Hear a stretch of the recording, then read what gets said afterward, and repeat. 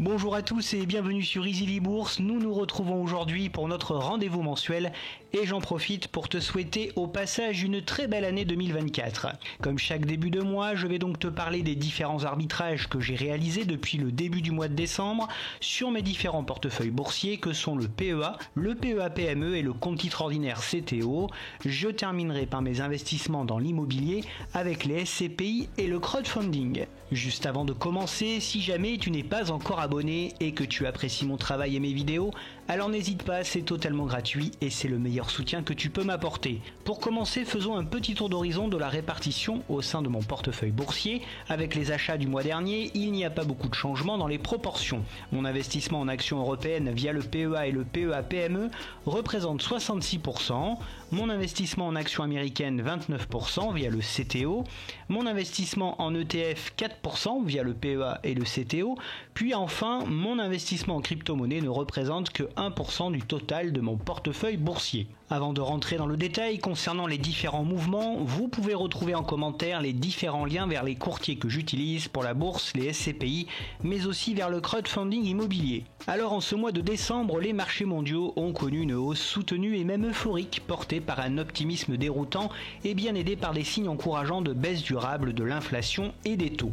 Le CAC 40 a ainsi pris 3,4% en un mois et le SP500 près de 4,4%, flirtant tous les deux avec leur plus haut. Sous l'impulsion de cette embellie de fin d'année, mes différents portefeuilles ont enregistré de belles performances et bon nombre de titres ont poursuivi leur hausse initiée en novembre. Au sein de mon PEA, j'ai continué à investir afin de profiter des rares opportunités et renforcer quelques positions.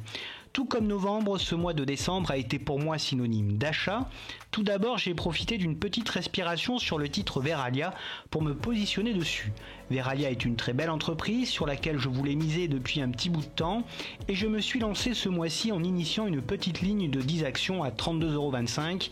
Le but étant ici de construire une ligne sur le long terme, si baisse il y a, ou faire un aller-retour rapide si hausse rapide il y a. Au rayon des achats, j'ai été plutôt actif et j'ai renforcé pas mal de positions au sein de mon PEA. J'ai donc procédé au renforcement de mes lignes avec les achats suivants. Esso avec 2 titres portant mon PRU à 52,80 €, Ruby avec 5 titres portant mon PRU à 22,80 €, Pernod Ricard avec 4 titres portant mon PRU à 166 €, Rémy Cointreau avec 2 titres portant mon PRU à 105 €, Mersenne avec 4 titres portant mon PRU à 34,80 €, ALD avec 16 titres portant mon PRU à 8,90 €, Imeris avec 4 titres portant mon PRU à 32 € et Nexity avec 10 titres portant mon PRU à 17,70 €. Au rayon des ventes, je n'ai pu acter aucune plus-value ce mois-ci. Je surveille toujours Ruby et Mersenne qui reviennent flirter avec mon PRU afin de m'en séparer car je ne crois plus en ces valeurs et je préfère donc récupérer mes liquidités. De ce fait, mon portefeuille reste plombé par mes 3 plus gros flops, à savoir ALD, Imeris et Pernod Ricard. Et oui, Nexity est fortement remonté et avoisine mon PRU. En revanche, Pernod Ricard a la gueule de bois mais demeure une valeur dans laquelle je crois. C'est d'ailleurs la valeur sur laquelle j'investis le plus depuis 3 mois. Les achats de ce mois-ci ont eu pour but de poursuivre la stratégie que je me suis fixée, c'est-à-dire augmenter mes positions sur toutes les valeurs de mon portefeuille auxquelles je crois le plus, afin d'avoir un rééquilibrage plus favorable. Dans ce sens, j'ai augmenté mes positions sur le secteur des spiritueux, assez malmené en ce moment, avec Pernod Ricard et Rémy Cointreau, qui représentent respectivement 9 et 6% du portefeuille boursier global. Cela bouge également en tête de mon portefeuille, avec dans mon top 3 Schneider Electric, BNP Paribas et Air Liquide. Ces 3 belles positions offrent un retour de plus de 30% chacune, ne me permettant pas de les renforcer à court terme. Pour ce qui est de l'intégration de nouvelles sociétés dans le PEA, je garde toujours un œil sur la société A-System qui présente de belles perspectives dans le secteur de l'ingénierie nucléaire, mais aussi sur la société Neurone, une petite société de conseil en management et de services numériques. Le retour sur mes investissements via mon PEA est de 12% sur l'année 2023, malheureusement plombé par ma position sur ALD trop importante et que je cherche à minimiser. Passons maintenant au PEA-PME. Selon une majorité d'analystes, 2024 sera l'année de rattrapage pour le secteur des small caps qui regorge de magnifiques entreprises. Mon PEA-PME est peu fourni et n'est constitué actuellement que de 4 sociétés. Les 4 sociétés sont Séché Environnement, Thermador et Equasense, que j'ai renforcé avec 4 nouveaux titres. Profitant d'un gros gadin le 15 décembre, j'ai ouvert une ligne sur la société Lumibird avec l'achat de 100 titres à 10,85 € qui s'est révélé être un pari gagnant. Mis à part Equasense où je suis légèrement en négatif, les 3 autres sociétés m'offrent d'excellents retours. Afin d'étoffer davantage ce PEA-PME, je regarde de loin Buzzy et Delta Plus Group, 2 belles sociétés que je souhaite acquérir, mais qui sont à des niveaux trop élevés pour moi. Ces 2 sociétés ont effectivement pris 6 à 7% rien qu'en ce mois de décembre. Pour ce qui est des valeurs spéculatives et dont je ne suis pas très fan, je surveille 2 biotech qui sont Valbiotis et Valneva, qui si elles repassent sous les 4 € me tenteraient bien. En effet, ces petites sociétés attendent des échéances intéressantes en 2024 qui pourraient bien booster leur cours. Le retour sur mes investissements via mon PEA-PME est de 8% sur l'année 2023. Pour le compte titre ordinaire réservé à mes actions américaines, je continue mon travail d'amélioration et d'affinage comme un bon fromage en diminuant le poids des sociétés les moins performantes et en augmentant mes positions sur les valeurs en souffrance auxquelles je crois fortement.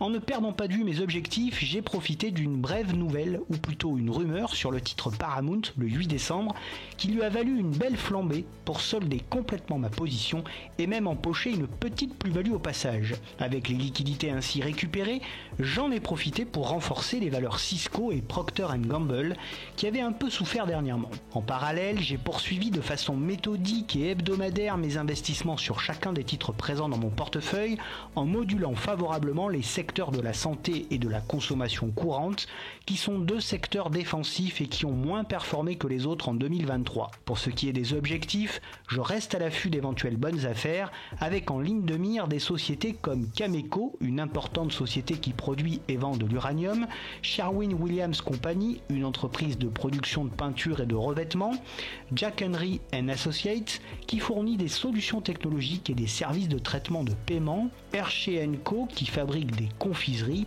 ou encore Parker Hannifin Corporation, qui fabrique des technologies et des systèmes de mouvement et de contrôle pour divers marchés mobiles industriels et aérospatiaux. Je reste également intéressé par Novo Nordisk, United Hills Group et Nvidia, mais ces dernières restent vraiment trop chères. Mon top 3 compte titres évolue un petit peu avec une valeur bancaire qui est Charles Schwab et 2 valeurs tech qui sont Alphabet et Microsoft.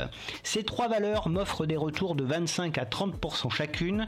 Mon flop 3 compte titres a pas mal évolué aussi avec la belle remontée des valeurs immobilières et la vente de ma position Paramount. Du coup, je me retrouve avec Genuine Parts qui affiche un bon moins 11%, Altria avec un moins 7% et Air Products avec un petit moins 4%.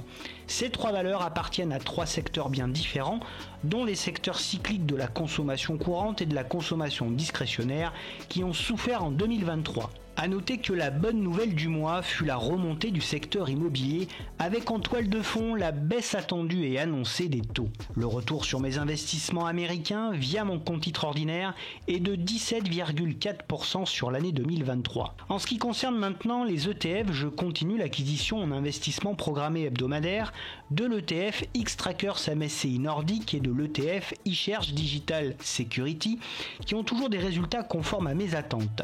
La performance sur mes ETF atteint les plus 14% sur l'année 2023. Et pour finir, concernant les crypto-monnaies, je poursuis la construction de ma ligne sur le Bitcoin qui a connu une nouvelle hausse de 12,5% en décembre. Les cryptos continuent donc leur belle hausse, si bien que mon investissement sur le polygone Matic affiche une performance de plus de 18% en un mois. Le retour sur mes investissements en crypto-monnaies est de 26% sur l'année 2023. Côté immobilier, j'ai également poursuivi mes investissements, tout d'abord via mes SCPI Quorum Origin, en réinvestissant automatiquement l'intégralité de mes dividendes mensuels dans de nouvelles parts, mais également en réinvestissant les plus-values touchées de la vente de 3 immeubles appartenant à la Quorum Origin.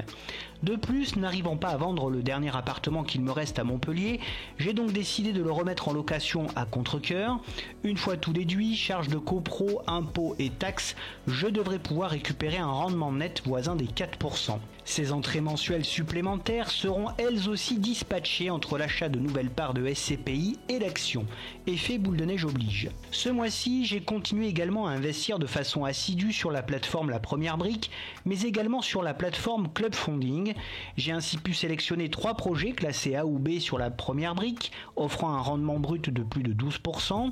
J'ai également participé à une levée de fonds pour un beau projet sur Club Funding, offrant un rendement de 11% brut.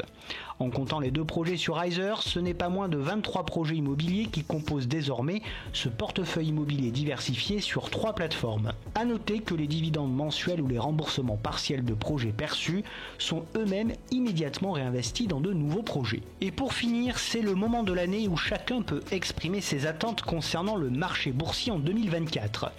Personnellement, je m'attends à la reprise des actions du secteur santé après une année bien maussade, à la fin du cycle bas dans le secteur des semi-conducteurs, à la poursuite de la tendance haussière dans la tech, telle que la cybersécurité, le cloud et bien sûr l'intelligence artificielle, à un retour à un prix plus raisonnable pour les actions de qualité et de croissance, favorisant par exemple les petites capitalisations qui ont été un petit peu abandonnées. Et je m'attends également à une année où la volatilité risque d'être importante avec les élections américaines et les risques géopolitiques croissants, pouvant favoriser les valeurs défensives telles que les secteurs de la santé, les secteurs de la consommation courante et des services publics, mais aussi entraîner des flambées temporaires sur le pétrole. Et bien sûr à une baisse des taux qui pourrait favoriser les entreprises les plus endettées et relancer toutes les sociétés qui touchent de près ou de loin l'immobilier. Dans tous les cas, il faut savoir s'adapter à chaque situation et profiter de la cyclicité des marchés pour réaliser de bonnes performances annuelles et ainsi faire prospérer ses investissements.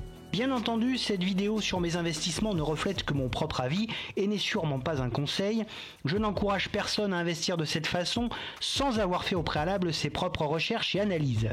C'est ainsi que se termine cette vidéo sur mes arbitrages portefeuille de ce mois de décembre 2023. J'espère que cette vidéo t'a plu. Si c'est le cas, n'oublie pas de mettre un like et de t'abonner. Tu pourras également retrouver sur la chaîne des analyses de toutes les sociétés citées dans cette vidéo. Pour te tenir au courant de toutes les dernières nouveautés et de mes investissements, tu peux également me retrouver sur Facebook, Twitter et Instagram. Je te donne rendez-vous la semaine prochaine pour de nouvelles analyses et n'oublie pas en attendant qu'investir, c'est préparer ton avenir.